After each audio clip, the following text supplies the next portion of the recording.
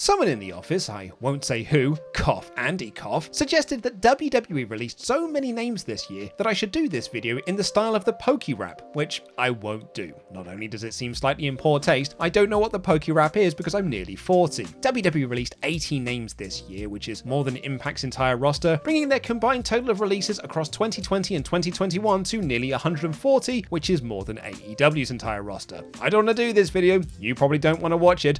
Merry Christmas! I'm Luke, hailing from partsFUNknown, and this is every star released by WWE in 2021. Just subscribe, will you? It'll make me feel good. It's Christmas, so guys, just click it. Don't be a dick. We kick the year off in January, of course, with the release of Lars Sullivan, although the exact date isn't known because the news was actually kept quiet until February. Lars Sullivan never really got going on the main roster as a result of injuries and some problematic posts from his past returning to light. He's yet to make another appearance in wrestling, but the same cannot be said for Steve Cutler, who was released on February 4th. Cutler had been taken off TV after dickhead tag partner Jackson Riker killed the Forgotten Sons push, and since his release, Cutler, now known as Steve Macklin, has debuted for Impact, where he competes as part of the X Division. Go watch his match at Bound for Glory, it's really quite great. Then on March 21st, shortly after it was reported that he'd asked for his release, Andrade was released from his WWE contract. Although he hasn't had the most impactful run in All Elite Wrestling so far, let's be honest, his debut was odd, his pairings have been odd, and his lack of stories is even odder. But his matches with Pac have been great, so, there's that. Then we flash up the text 1 year later, like that bit in Avengers Endgame, as by some strange coincidence, 1 year to the day that the last time this happened, WWE released a bunch of names on April 15th, including Samoa Joe, who then returned to the company to win the NXT Championship before having it stripped off of him suspiciously just before the NXT 2.0 rebrand, and then haven't heard from him since. The Iconics and Mickie James were also part of this round of cuts and are both now in Impact, where they are the current Knockout Tag Champions and Knockouts Champion respectively, with James also producing the NWA Empower event, which is basically the only good thing NWA has done all year. Steve Cutler's tag partner Wesley Blake was also released and recently resurfaced in Ring of Honor at Final Battle to help EC3, along with another name that will come up in a little bit. Ring of Honor was also the home for Chelsea Green, who is also doing work in Impact Wrestling with her partner Matt Cardona. Kalisto was released and has had one match in AEW and was roundly chewed out by Chris Jericho and Amanda Huber over dedicating his match to the late Brody Lee, and let's not revisit that sticky situation, while Bo Dallas and Tucker have yet to show up anywhere outside of Bo being at WrestleCade. Poor old Tucker, by the way. They split him away from his popular tag team with no plan of what to do with him, realized they had nothing to do with him, then released him because they had nothing to do with him. What a terrible situation. Moving into May, and on the 19th, don't tell Kane, a bunch of NXT names were cut, including Jessamine Duke, Vanessa Bourne, Skylar Story, Ezra Judge, Alexander Wolf, Kavita Devi, and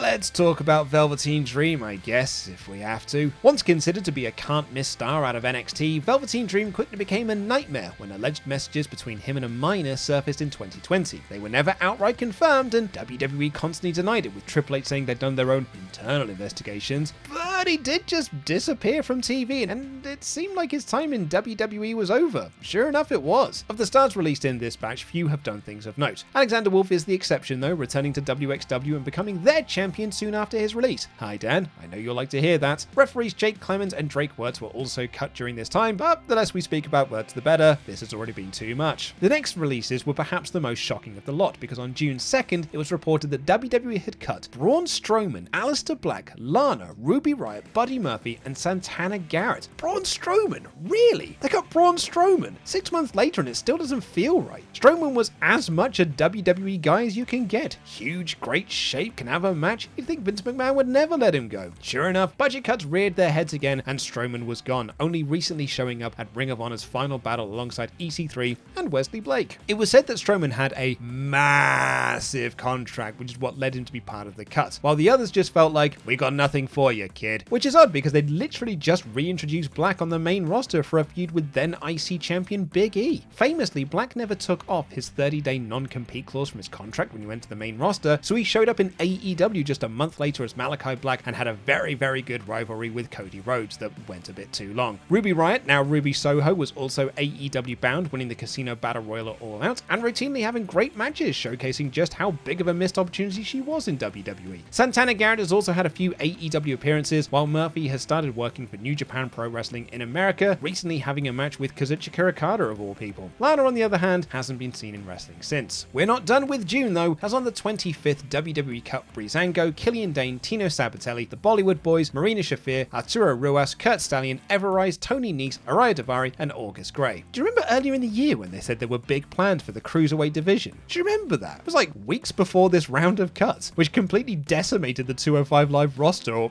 what was left of it. The Bollywood Boys, Ruas, Stallion, Nese, Daivari, and Gray were all competing on the brand before their release, and somehow 205 Live is it still on the air? Oh my god, it's still on the air! How is that even possible?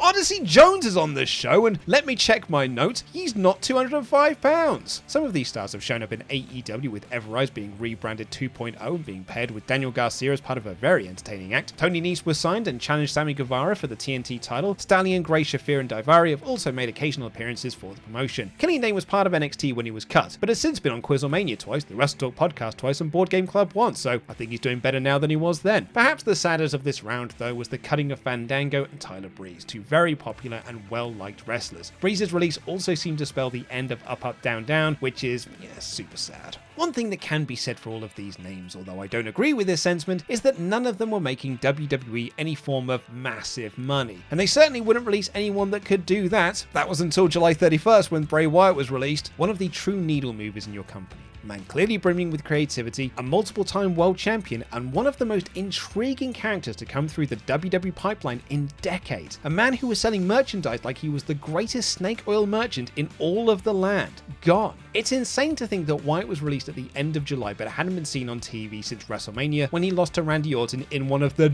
dumbest and worst matches of the entire year. That whole feud could be summed up as Randy Orton won all the time, then he lost to Bliss while Bray was missing for months, then he beat Bray again. Sucked. Reportedly, Bray was difficult to work with backstage and did like his creative.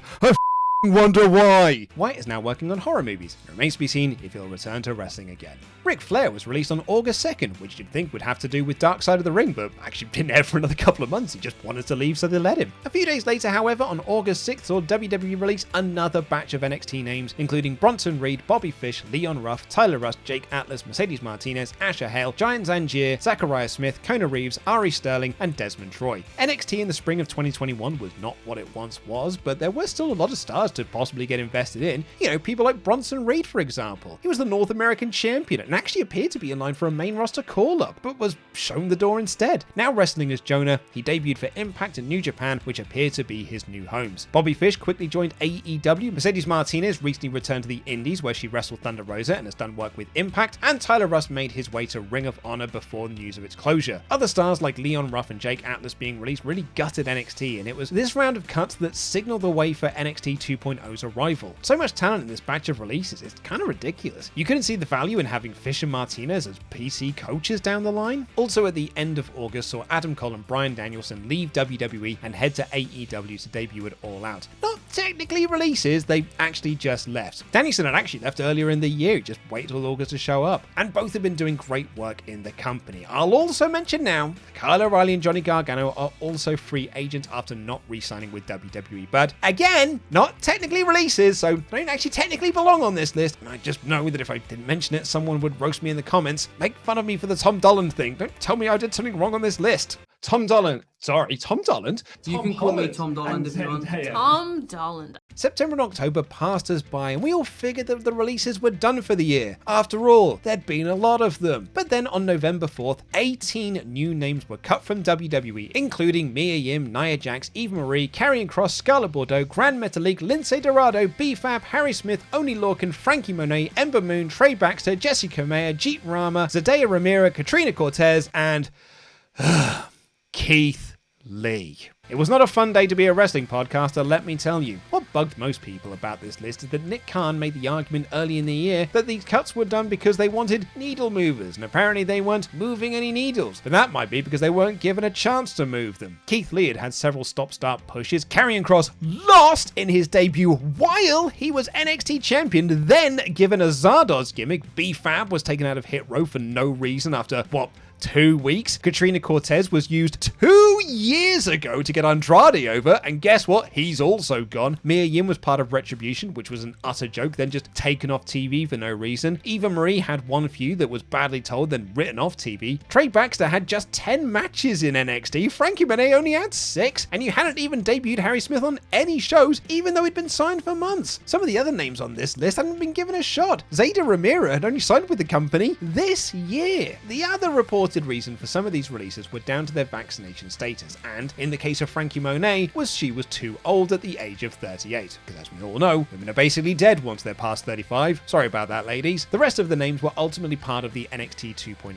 rebrand. They didn't want guys or girls who came from the indies, so they're all out the door. We've reached the part of this list where the non-compete clauses of the wrestlers have not actually expired yet, so we don't have any updates to give regarding where people have gone next, but it's impossible to believe that any of them won't struggle to find work. And once again, it's also worth noting, WWE released Keith Lee because they didn't know how to make him move needles, even though he's moved needles everywhere else he's been. Maybe the problem isn't Keith Lee and it's you idiots. But surely that's it now, right? Well, no, because just 2 weeks later, on November 19th, WWE cut Drake Maverick, Jackson Riker, John Morrison, Shane Thorne, Tegan Nox, and the rest of Hit Row. Hit Row stings a lot, as they were a group that had a lot of potential and were given cool chance to get over on the main roster. It's easy to forget that the group had only debuted in May. They had 3 segments on SmackDown and then that was it. It was reported that Top Dollar had a lot of heat on him backstage, and once they didn't like him, the group was over because WWE saw him as the star of the group, which had Isaiah Swerve Scott in it. Swerve has all the charisma, presence, and ability you would want out of a top guy, and while his partners were still green, they were a tremendous package with tons of upside. Morrison was less of a surprise considering his wife had been cut 2 weeks earlier. Drake Maverick has now been fired 2 years in a row, that must sting. And Tegan Nox was another name that hadn't been given a chance when she came up to the main roster. Thrown together in a random tag team that pinned the tag champs a bunch of times that never resulted in a title match, so why should I care? At least Shane Thorne is now free of the slapjack gimmick, but if I was him, I'd run that sucker into the ground on the indie circuit, as you can get a bunch of ironic bookings from that. And Riker's firing meant that all 3 of the Forgotten Sons were forgotten this year.